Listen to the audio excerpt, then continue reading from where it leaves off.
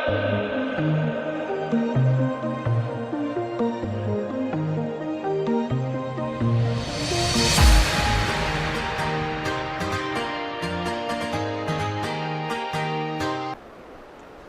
Morning बच्चों। Last class में हम लोग point of intersection of two straight line सीखे थे। ठीक है, बेसिक तरीका मैंने आपको बताया भी था उसमें कि उसमें पॉइंट ऑफ इंटरसेक्शन निकालने के लिए बेसिकली 3 मेथड का यूज करते हैं, substitution method, elimination method and cross multiplication method. Last class में हम लोग क्रॉस मल्टीप्लिकेशन मेथड के लिए सीखे थे कि how to find the point of intersection of two straight line by the method of cross multiplication. ठीक है, यहाँ हम क्वेश्चन में अगर हमको ज़रूरत पड़ेगा तो हम उसका यूज करेंगे। मेरा पर्पस बस इतना ही था बताने का। और क्रॉस मल्टीप्लिकेशन मेथड को आप बिल्कुल अच्छे तरीके से सीखिएगा क्योंकि इसका बहुत ज़्यादा यूज है कोऑर्डिनेट ज्योमेट्री के अंदर और वेक्टर 3D के अंदर। ठीक है, आज हम लोग सीखने जा रहे हैं कॉन्करेंट लाइन के बारे में कि what is the condition for the concurrent line. सबसे पहले तो ये सीखेंगे what is the meaning of the concurrent line, उसके बाद कंडीशन फॉर द कॉन्करेंसी, है ना। तो कॉन्करेंट लाइन का मतलब क्या हुआ कि इफ मोर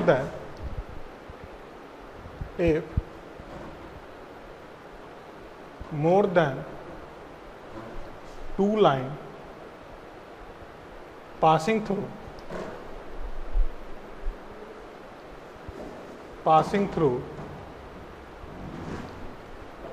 single point या one point, then we say that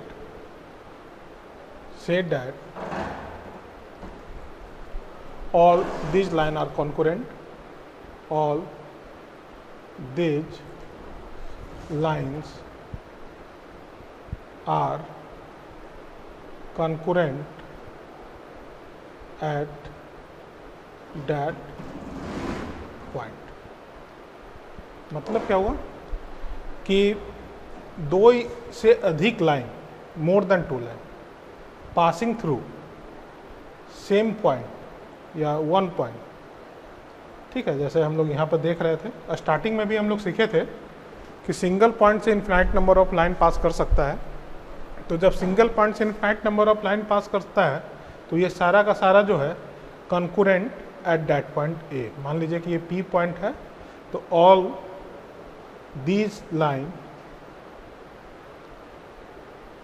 concurrent at point A। पहला बात क्लियर होता है सबको कि what is the meaning of concurrency, ये बात हम लोग यहाँ पे सीखते हैं। इसके बाद कंडीशन फॉर कॉन्करेंसी, है ना। Condition, required condition is if L1 A1x B1 by C1 equal to 0, L2 A2x B2 by C2 is equal to 0 and L3 A3x B3 by C3 is equal to 0 are concurrent, then required condition is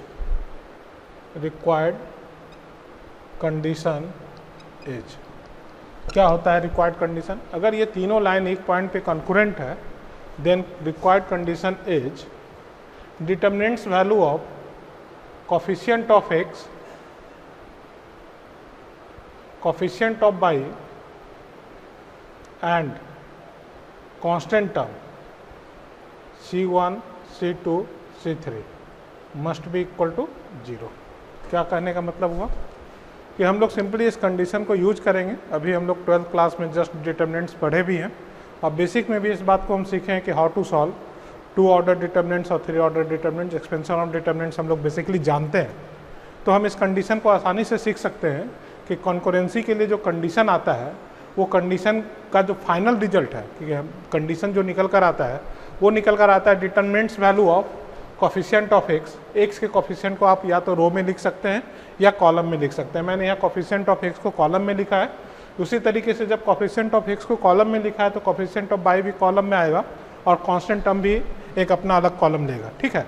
इन सब का determinants value हमेशा 0 होना चाहिए। या हम इसको ऐसे भी लिख सकते हैं, that is also equal to A1, A2, A3, B1, B2, B3, C1, C2, C3। इसमें और इसमें कोई विशेष अंतर नहीं है। वो उस पहले वाले में मैंने जो x का कॉफिशिएंट लिया है वो कॉलम में लिया है, y के कॉफिशिएंट को सेकेंड कॉलम में लिया है और कांस्टेंट टर्म को थर्ड कॉलम में लिया। यहाँ पे मैंने x के कॉफिशिएंट को फर्स्ट रो में लिया है, y के कॉफिशिएंट को सेकेंड रो में लिया है और कांस्टेंट को थर्ड रो में लिया है। तो इन दोनों का हम लोग डिटर्मिनेंट्स के प्रॉपर्टी में भी जानते हैं कि अगर हम रो और कॉलम को इंटरचेंज करें तो value of the determinant change नहीं होता है। तो आप ऐसे भी डिटर्मिनेंट्स का वैल्यू लिख सकते हैं या ऐसे भी लिख सकते हैं। इन दोनों का मान कितना आना चाहिए? 0 आना चाहिए, ठीक है। तो इन दोनों का मान 0 आना चाहिए। पहला बात तो क्लियर होता है हम लोगों को, ठीक है। इसके बाद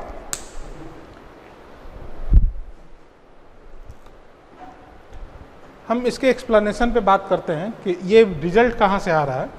तो result actually point of concurrency के लिए हम लोग क्या करेंगे, इसको हम लोग इस ऐसे समझ सकते हैं कि ये रिजल्ट आने का जो मेथड है कि solve any two line, solve any two line. कोई भी दो लाइन हम लोग सॉल्व करेंगे। मान लेते हैं कि लेट L1 एंड L2 को हम लोग सॉल्व करने जा रहे हैं। सॉल्व करने का मतलब क्या हुआ कि पॉइंट ऑफ इंटरसेक्शन निकालने जा रहे हैं।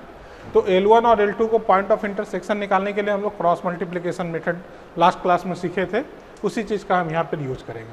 तो x के लिए लिख सकते हैं B1 B2 C1 C2, ठीक है। इसी तरीके से y के लिए लिख सकते हैं A1 A2 C1 C2 और कांस्टेंट के लिए लिख सकते हैं A1 A2 B1 B2 लिखा जा सकता है क्या? अब यहाँ से अगर हम x कैलकुलेट करना चाहें तो x का जो मान निकल कर आएगा वो निकल कर आएगा B1 C2 minus B2 C1 upon A1 B2 minus A2 B1। पहला बात क्लियर है सभी लोगों को, है ना। अब और y का मान अगर हम लोग कैलकुलेट करेंगे तो y का जो मान निकल कर आएगा वो निकल कर आएगा C1 A2 minus A1 C2 upon A1 B2 minus A2 B1। देखिएगा ध्यान से, ये वैल्यू x और y का निकल कर आएगा, लास्ट क्लास में हम लोग सीखे थे। अब इन दोनों x और y का मान को हम नेक्स्ट जो बचा हुआ इक्वेशन है, थर्ड इक्वेशन में सेटिस्फाई कराएंगे। Now put the value of x and y in third equation. Third equation में हम लोग वैल्यू पुट करेंगे तो ये हमारे पास बनेगा A3 B1 C2 minus B2 C1 upon A1 B2 minus A2 B1 plus y के लिए हम लोग लिख सकते हैं C1 A2 minus A1 C2 upon A1 B2 minus A2 B1, ठीक है। और साथ में लिखा हुआ है plus C is equal to 0।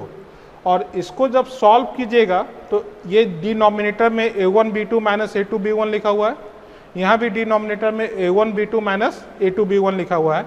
वो एलसीएम होकर C के साथ मल्टीप्लाई होगा A3 B1 C2 minus B2 C1। यहाँ पे मैं माइनस कॉमन ले रहा हूँ तो आपको क्लियरली दिखेगा, है ना। ये हमारे पास आएगा B3 साथ में होगा, यहाँ नोट कीजिएगा, plus minus not plus minus B3 A1 C2 minus C1 A2 साथ में होगा plus C A1 B2 minus A2 B1 is equal to 0। तो ये जो रिजल्ट आ रहा है, ये एक्चुअली जो रिजल्ट होता है वो इस डिटर्मिनेंट को जब आप एक्सपेंड कर लिखोगे by the column A3। A3 के थ्रू अगर आप इस डिटर्मिनेंट को एक्सपेंड करके लिखोगे तो आपके पास यही रिजल्ट आएगा। आप लोग जानते हो इसके एक्सपेंशन का तरीका, आप चाहो तो चेक भी कर सकते हो कि अगर मैं A3 से इस डिटर्मिनेंट को एक्सपेंड करूंगा तो रिजल्ट क्या आएगा, देखिएगा। A3 is equal to B1 B2 C1 C2 minus B3 A1 A2 C1 C2 plus C3 है ना A1 A2 B1 B2। इसको जब हम सॉल्व करेंगे तो एग्जैक्टली सेम रिजल्ट आएगा जो वहां पे लिखा हुआ है। A3 B1 C2 minus B2 C1 minus B3 A1 C2 minus A2 C1 plus C3 A1 B2 minus A2 B1। देखना सेम रिजल्ट आया हुआ है। तो एक्चुअली जो हम लोग रिजल्ट लेकर आते हैं वो बेसिक उसका फंडामेंटल मेथड इतना ही है कि 3 लाइन कॉन्करेंट दिया हुआ है, तो तीसरा लाइन कोई भी एक लाइन किसी भी 2 लाइन के पॉइंट ऑफ इंटरसेक्शन से हमेशा पास करेगा, तभी वो तीनों कॉन्करेंट लाइन का सेट कहलाएगा। तो बेसिक फंडामेंटल जो है इसका, बेसिक एक्सप्लेनेशन जो है इसका वो यही है कि हम किसी भी 2 लाइन को L1 और L2 को सॉल्व करेंगे।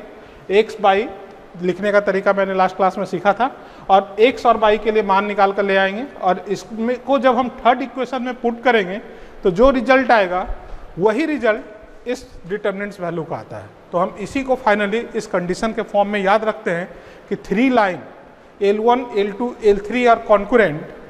दिस इंप्लाइज कि कोफिशिएंट ऑफ x का determinants, coefficient of y and constant term arrange in determinants either row wise और column wise and the value of the determinant must be equal to 0।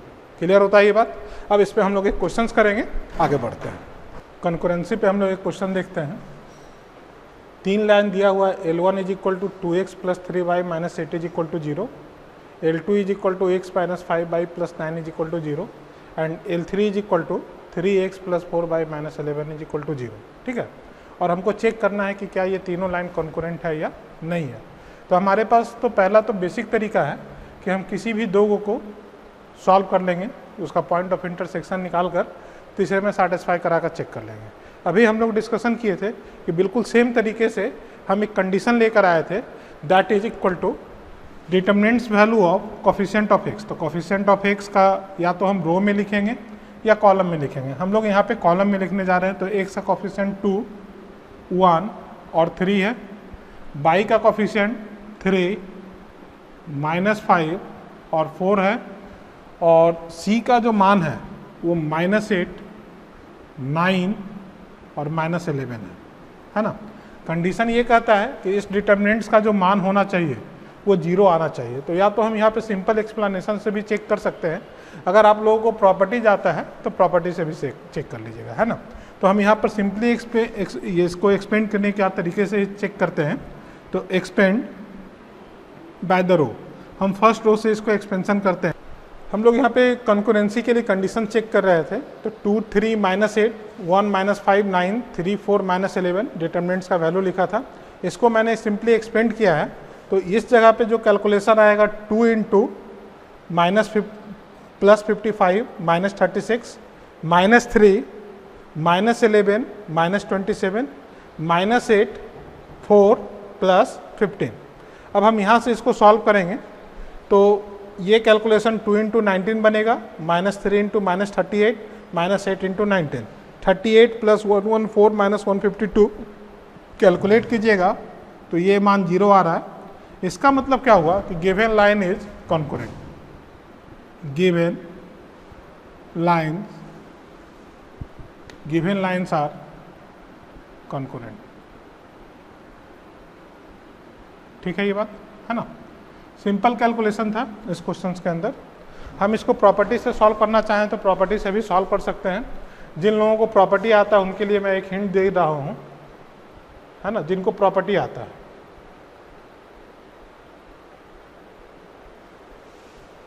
और determinants के properties को use करने जा रहे हैं, देखिएगा उससे ज़्यादा आसानी से सॉल्व होगा क्वेश्चन।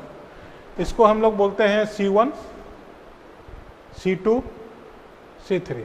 ये C3 कॉलम है, C2 कॉलम है, C1 कॉलम है ना। तो C3 इज इक्वल टू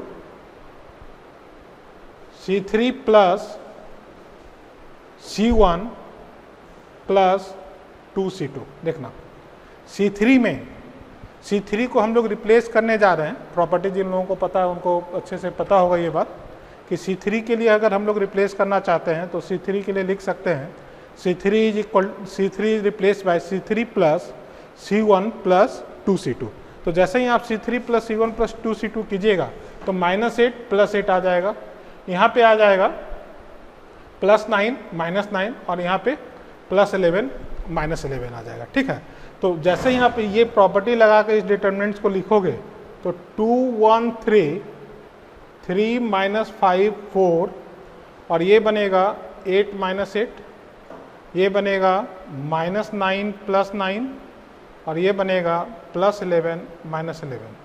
ये तीनों का तीनों इक्वल होगा। 2 1 3 3 -5 4 0 0 0, इसका मान 0 आ जाएगा। मेथड क्लियर है ये चीज़, है ना।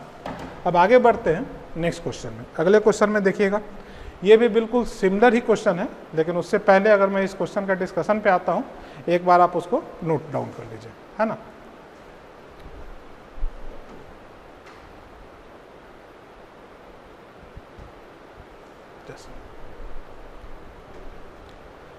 अब इस क्वेश्चन में भी यही दिया हुआ है कि 3 line ax plus by plus 1 is equal to 0, x plus b by plus 1 is equal to 0, x plus by plus c is equal to 0, ABC are being distinct and different from 1। ये question में mention है कि ABC अलग होगा और different from 1 होगा, are concurrent, then find the value of 1/1 minus a plus 1/1 minus b plus 1/1 minus c का मान निकालना देखना है। यहाँ पे ये थोड़ा सा एडवांस लेवल का क्वेश्चन है, ये प्रीवियस ईयर में पूछा हुआ क्वेश्चन है।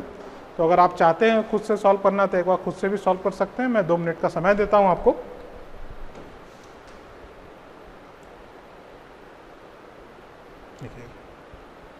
सबसे पहले हम कंडीशन फॉर कॉन्करेंसी लिखेंगे, क्योंकि क्वेश्चन में मेंशन है according to question given line are concurrent.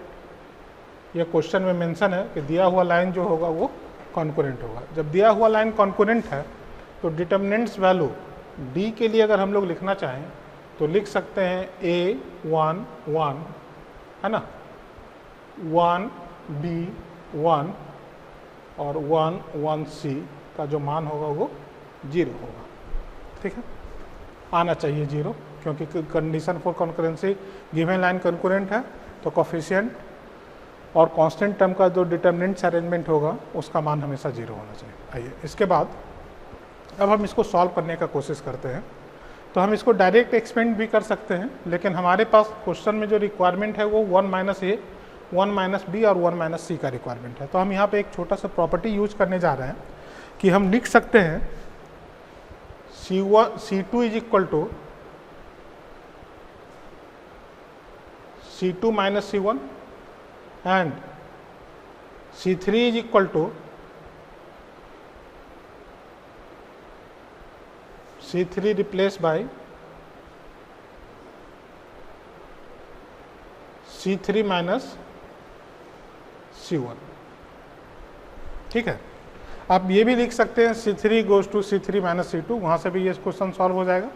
अगर हम C3 minus C1 भी लिखते हैं तो भी क्वेश्चन सॉल्व होगा, उससे कोई खास अंतर नहीं पड़ेगा। अब इसके बाद आइए, इसके बाद हम लोग लिख सकते हैं that determinants value is equal to according to this property. अगर हम इस प्रॉपर्टी का यूज करते हैं तो हम इसको लिख सकते हैं, देखना है इधर A11, क्योंकि C1 को हम डिस्टर्ब नहीं कर रहे हैं, C2 को हम लोग डिस्टर्ब कर रहे हैं। C2 is replace by C2 minus C1, तो इसको लिखा जा सकता है 1 - a। इसके बाद इसको लिखा जा सकता है B - 1, इसको लिखा जा सकता है 0, इसको लिखा जा सकता है 1 - a, इसको लिखा जा सकता है 0 और इसको लिखा जा सकता है C - 1। ठीक है, ये कैलकुलेशन आए। अब हम इसको सिंपली एक्सपेंड करेंगे नाउ। इसके एक्सपेंशन का तरीका या तो आप इसको रो वाइज एक्सपेंड कर सकते हैं, ठीक है, या कॉलम वाइज एक्सपेंड कर सकते हैं। तो हम यहाँ एक्सपेंशन के लिए थर्ड कॉलम का यूज करते हैं, क्योंकि इसमें मुझे एक जीरो दिख रहा है तो थोड़ा सा एक्सपेंशन आसान हो जाएगा, ठीक है। अब थर्ड कॉलम का अगर हम यहाँ पे यूज करते हैं तो हम इसके लिए लिख सकते हैं 1 के रिगार्डिंग इस रो को और इस कॉलम को डिलीट करेंगे, बचे हुए एलिमेंट्स को हम लोग डिटर्मिनेंट्स फॉर्म में लिखेंगे। 1 माइनस ए, बी माइनस 1, 1 माइनस ए और 0। सेकेंड के लिए ज़रूरत नहीं पड़ेगा क्योंकि सेकेंड में 0 दिया हुआ है, तो कुछ भी अगर हम लोग अरेंजमेंट लिखेंगे 0 के लिए तो वो 0 हो जाएगा।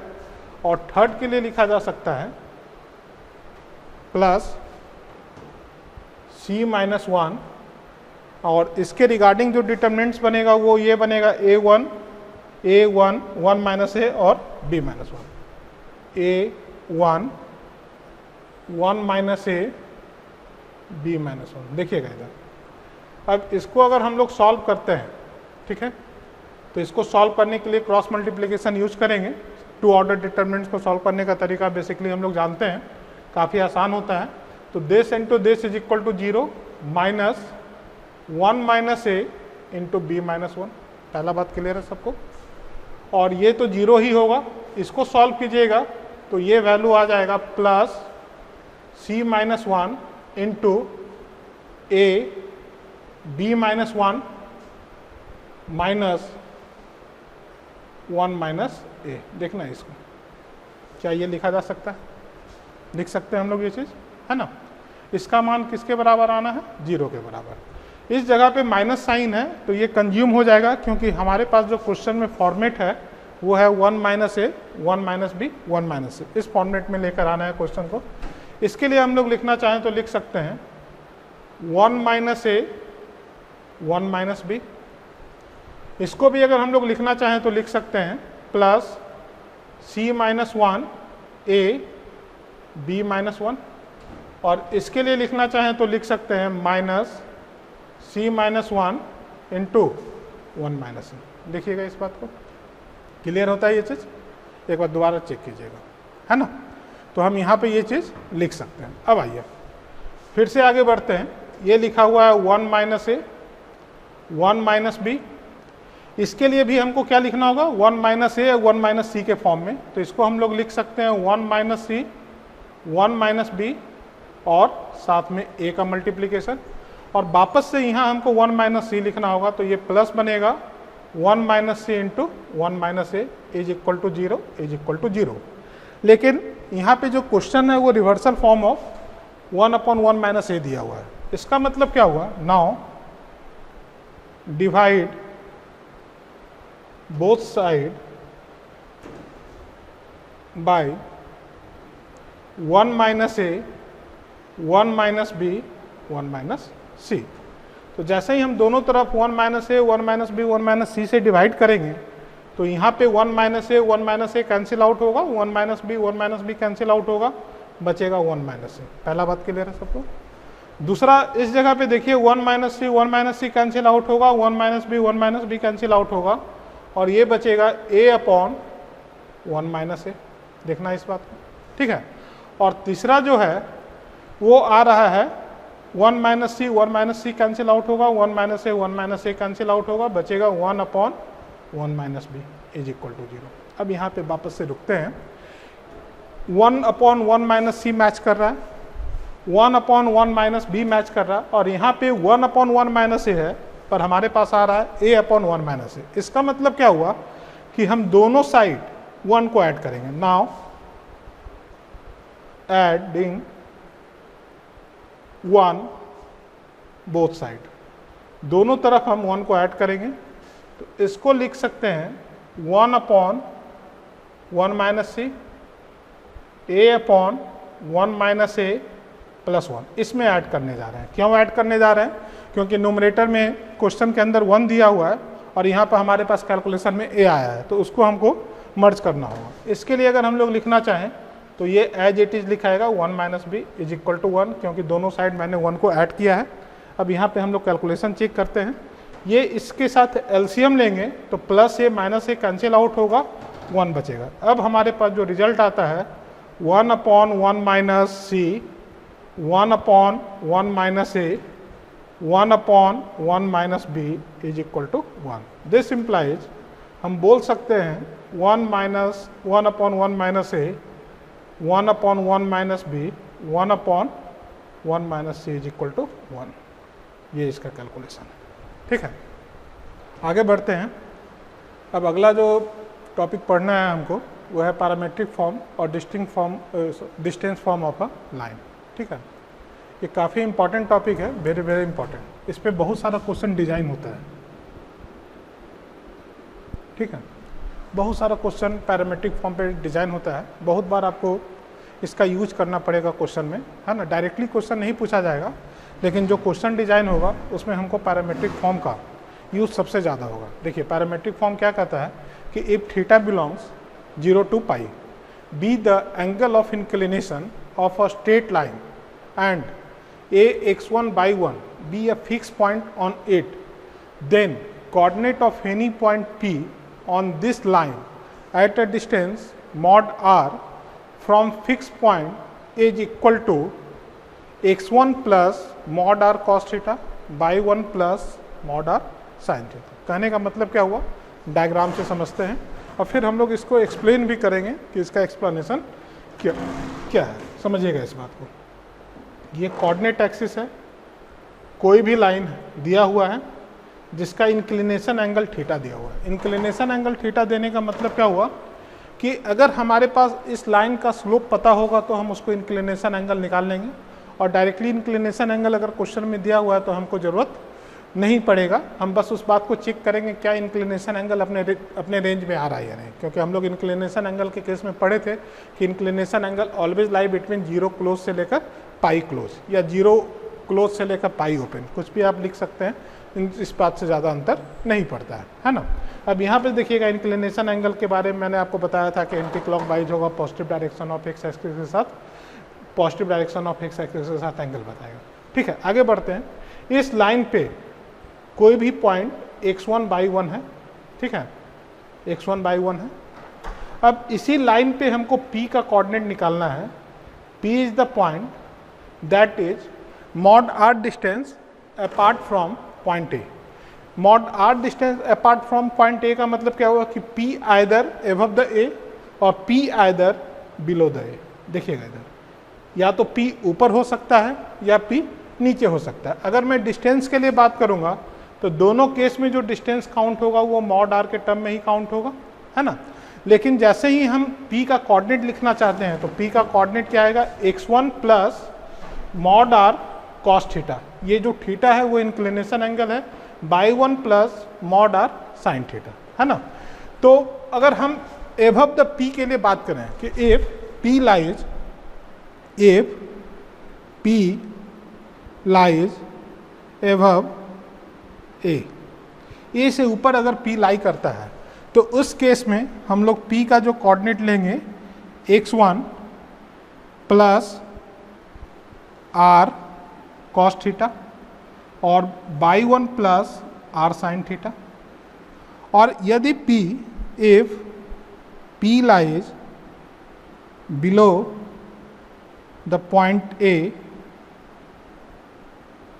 इस केस में P का जो कोऑर्डिनेट होगा वो होगा x1 minus r cos theta by 1 minus r sin theta.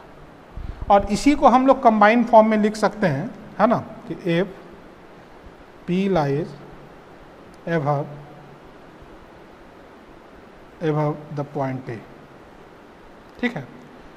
इसी को अगर हम लोग कंबाइंड फॉर्म में यहाँ लिखना चाहें तो हम इसको ऐसे भी लिख सकते हैं x1 plus minus r cos theta by 1 plus minus r sin theta.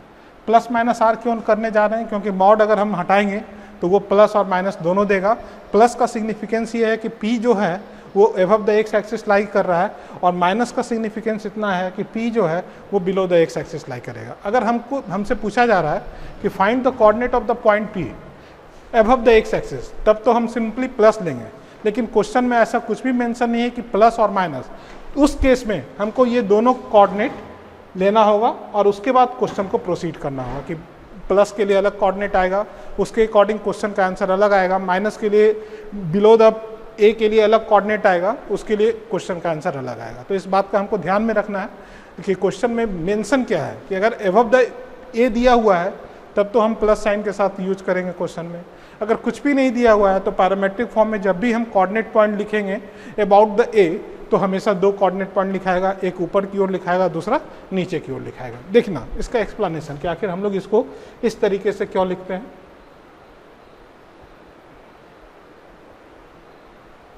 बिल्कुल सिमिलर डायग्राम हम लोग यहाँ पे बनाने जा रहे हैं। और P क्या है हमारे पास? वेरिएबल पॉइंट है H कॉमा के, है ना। तो जब P हमारे पास वेरिएबल पॉइंट है, P हमारे पास वेरिएबल पॉइंट है H कॉमा के, तो अगर हम यहाँ से ट्रायंगल बनाते हैं तो ये एक राइट एंगल ट्रायंगल दिख रहा है APR मान लीजिए। तो APR एक राइट एंगल ट्रायंगल दिख रहा है हमको, है ना। ये एक राइट एंगल ट्रायंगल दिखा। अब हम इस राइट एंगल ट्रायंगल में, ठीक है, इस राइट एंगल ट्रायंगल में APR x1/1, इस राइट एंगल ट्रायंगल में अगर हम लोग R, क्योंकि ये गिवन है क्वेश्चन के अंदर, और गिवन है थीटा, तो इस थीटा और R के बीच में जो हम लोग रिलेशन निकाल कर इसका मान निकाल सकते हैं। तो अगर हम इसको लिखना चाहें तो ये लिखाएगा R cos theta mod R cos theta, और इसको लिखना चाहें तो ये लिखाएगा mod R sine theta. Check कीजिएगा क्या हम इसको लिख सकते हैं साइन थीटा के टर्म में, क्योंकि दिस वैल्यू, इसको और इसको अगर हम लोग रिलेट करना चाहें तो in triangle ARP, in triangle ARP cos theta is equal to AR upon AP, और अब यहाँ से AR का मान हम लोग लिख सकते हैं AR अपॉन मॉड R, क्योंकि AP मॉड R गिवन है, और AR लिखा जा सकता है मॉड R cos थीटा। पहला बात सबको क्लियर है। इसी तरीके से अगर हम लोग साइन थीटा लिखना चाहें तो साइन थीटा क्या लिख सकते हैं? P upon H। P का मान कितना दिया हुआ है? PR अपॉन AP, देखना, और PR इज इक्वल टू, हमको PR का मान निकालना ही है, और AP दिया हुआ है मॉड R, और यहाँ से हम लोग PR लिख सकते हैं, ये हो जाएगा, देखिएगा, that is equal to mod R sine theta. Clear है ये बात? दूसरा चीज़ हम यहाँ कोऑर्डिनेट ज्योमेट्री से सीखे थे पहले भी कि this AR is equal to H minus x1, क्या ये लिखा जा सकता है? And this PR is equal to K minus y1, देखना, क्या ये लिखा जा सकता है ना? लिख सकते हैं। क्यों लिख सकते हैं? क्योंकि ये चेंज इन x कोऑर्डिनेट और ये है चेंज इन y कोऑर्डिनेट, ठीक है। अब इस PR को हम लोग इक्वेट करेंगे किससे? Actually also b, no, 1 and 2, also AR is equal to H minus x1 and PR is equal to K minus y1, क्योंकि फिगर में हम लोग सिंपली देख रहे हैं कि H is the above the point A, इस कारण से हमको मॉड वैल्यू लेने की जरूरत नहीं है ना। अब हम इसको, इन दोनों को इक्वेट करेंगे, इसको थर्ड मान लेते हैं और इसको फोर्थ मान लेते हैं।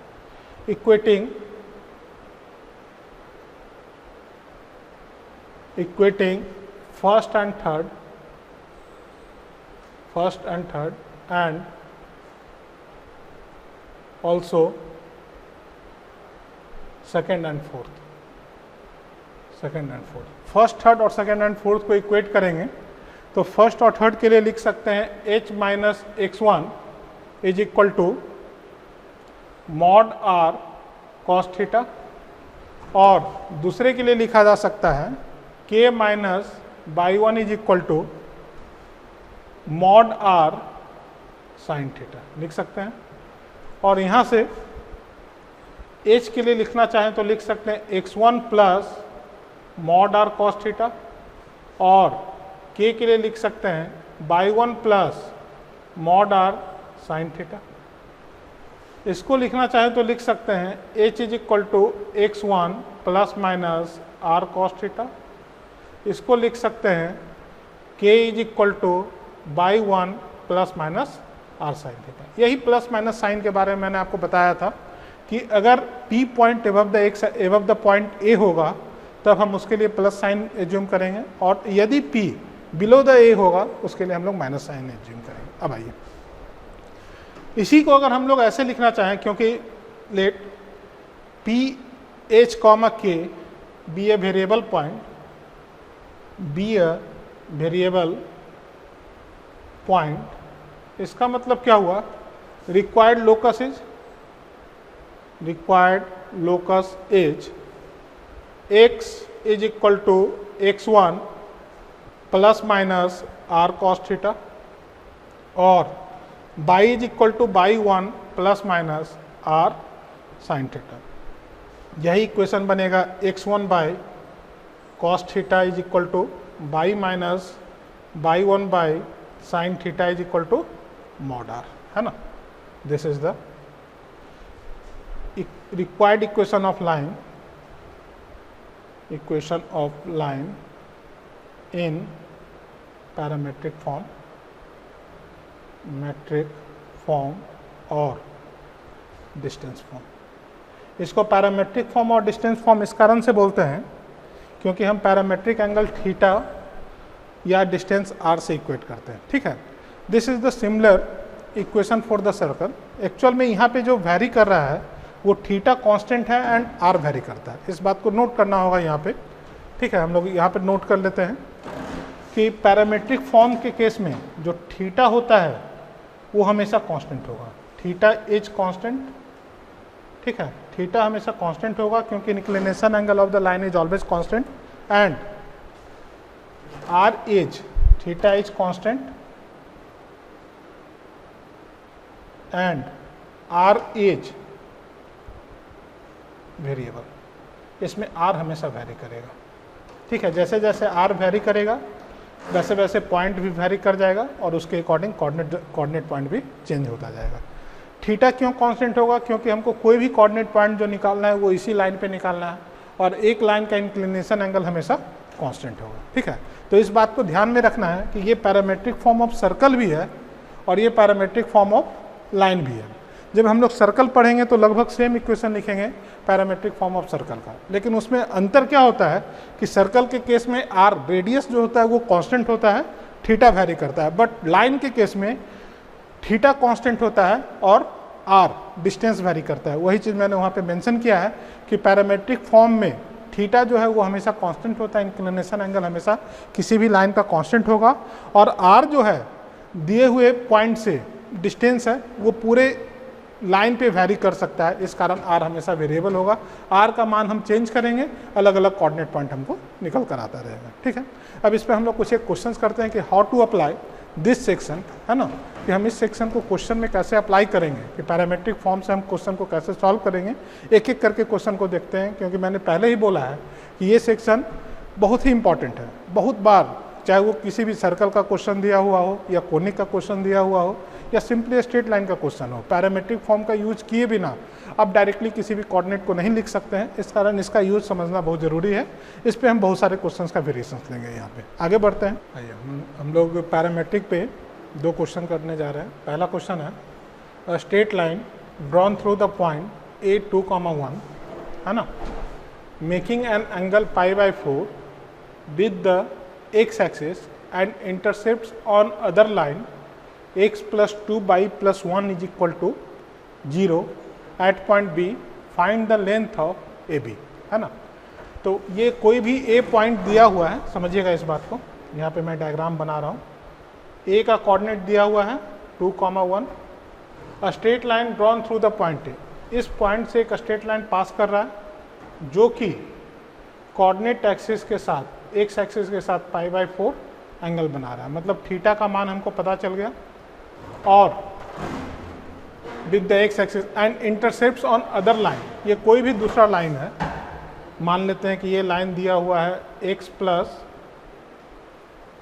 2y plus 1 equal to 0। इसको किसी भी पॉइंट बी पे कट करता है, ये पॉइंट है बी का। Find the length of a b, हमको ए बी का लेंथ निकालना है कि ए बी का लेंथ कितना होगा। तो इस क्वेश्चन को सॉल्व करने के लिए हमारे पास दो तरीका है कि पॉइंट दिया हुआ है, स्लोप दिया हुआ है ना, और हम यहाँ से इस ए बी का इक्वेशन लिख कर पॉइंट ऑफ इंटरसेक्शन निकाल लें और डिस्टेंस फार्मूला से बी का पॉइंट ऑफ इंटरसेक्शन निकाल लें और डिस्टेंस फार्मूला से ए बी को हम लोग सॉल्व कर सकते हैं। ये तो हम लोग बेसिक तरीका जानते हैं, पर हमको इस क्वेश्चन को यूज करना है bye the method of parametric, है ना। पैरामेट्रिक फॉर्म के पैरामेट्रिक फॉर्म ऑफ लाइन को हम लोग यहाँ पे यूज कर क्वेश्चन को सॉल्व करेंगे। समझिएगा कि हम लोग कैसे यूज करने जा रहे हैं पैरामेट्रिक फॉर्म को। तो ये ए बी का डिस्टेंस हम लोग मान लेते हैं कि आर है, क्योंकि आर हमेशा पॉजिटिव होगा, अगर आर जैसा भी आएगा उसके हिसाब से हम लोग आर का मान ले लेंगे, ठीक है। तो थीटा का मान, बी का कोऑर्डिनेट हम लोग क्या ले सकते हैं, मान लीजिए कि let coordinate of b is x1 plus r cos theta और y1 plus r sine theta. x1 का मान और y1 का मान यहाँ गिवन है, ठीक है। r मैंने ले ही लिया है और थीटा π/4 गिवन है। इसको क्या लिख सकते हैं, 2 प्लस आर कॉस π/4, और इसको लिखा जा सकता है 1 plus r sine π/4, 1 plus r sine π/4। Sine cos π/4 और साइन π/4 का मान हम लोग जानते हैं 2 प्लस r/√2 और 1 प्लस r/√2। क्या क्लियर है बात। अब ये बी पॉइंट किस पे लाई कर रहा है, point b lies on the line x plus 2y plus 1 is equal to 0।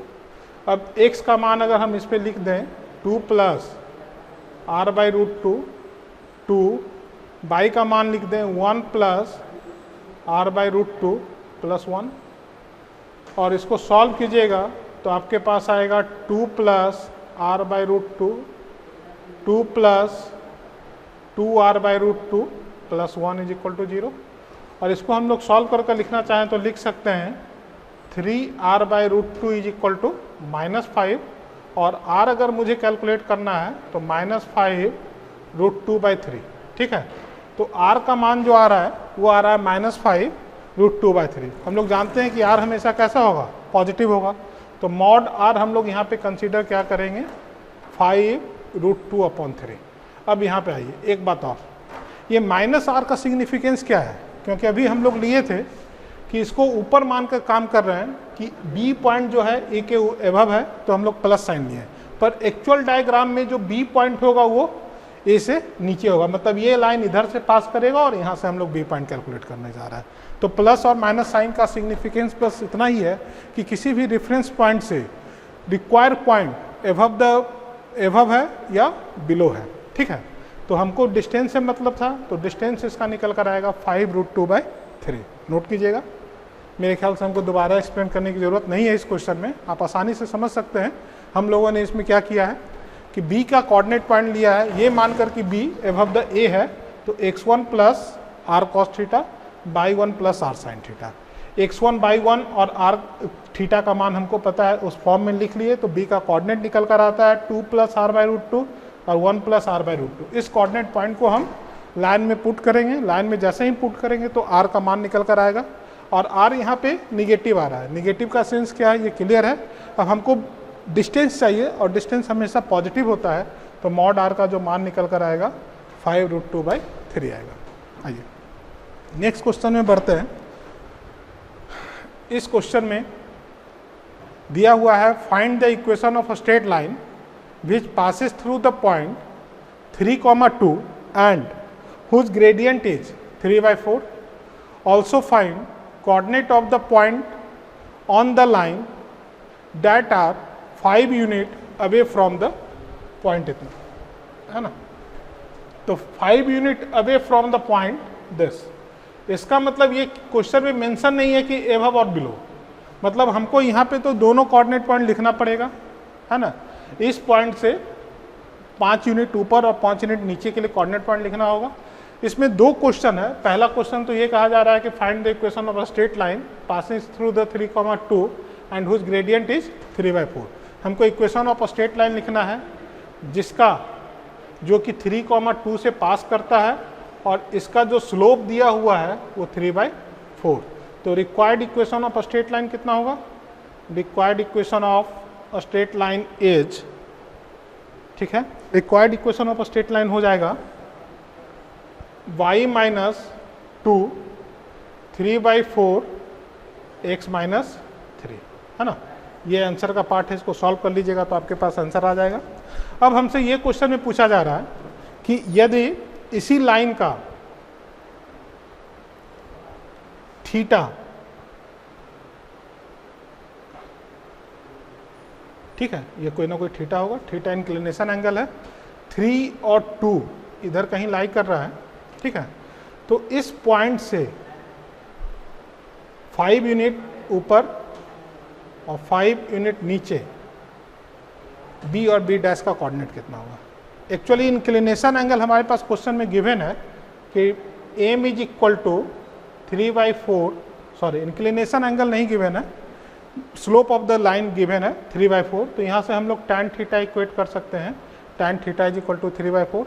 Right angle जैसा ही अगर हम लोग बनाएंगे तो ये 3 हो जाएगा, ये 4 हो जाएगा, है ना, और ये 5 हो जाएगा। तो साइन थीटा का जो मान आएगा वो 4/5 और कॉस थीटा का जो मान आएगा वो 3/5। तो ये साइन थीटा और कॉस थीटा का मान निकल कर आ गया। क्लियर है ये बात? अब जैसे ही साइन थीटा और कॉस थीटा का मान निकल कर आ गया तो हम बी का कोऑर्डिनेट लिख सकते हैं। Coordinate of b, coordinate of b एवं a is equal to 3 + 5 sine theta cos theta का मान है 3/5 और b का कोऑर्डिनेट लिख सकते हैं 3 + 5 कॉस थीटा, यही लिखते हैं। इसको लिख सकते हैं 3 + 5 कॉस थीटा और 2 + 5 साइन थीटा। तो b का कोऑर्डिनेट आ जाएगा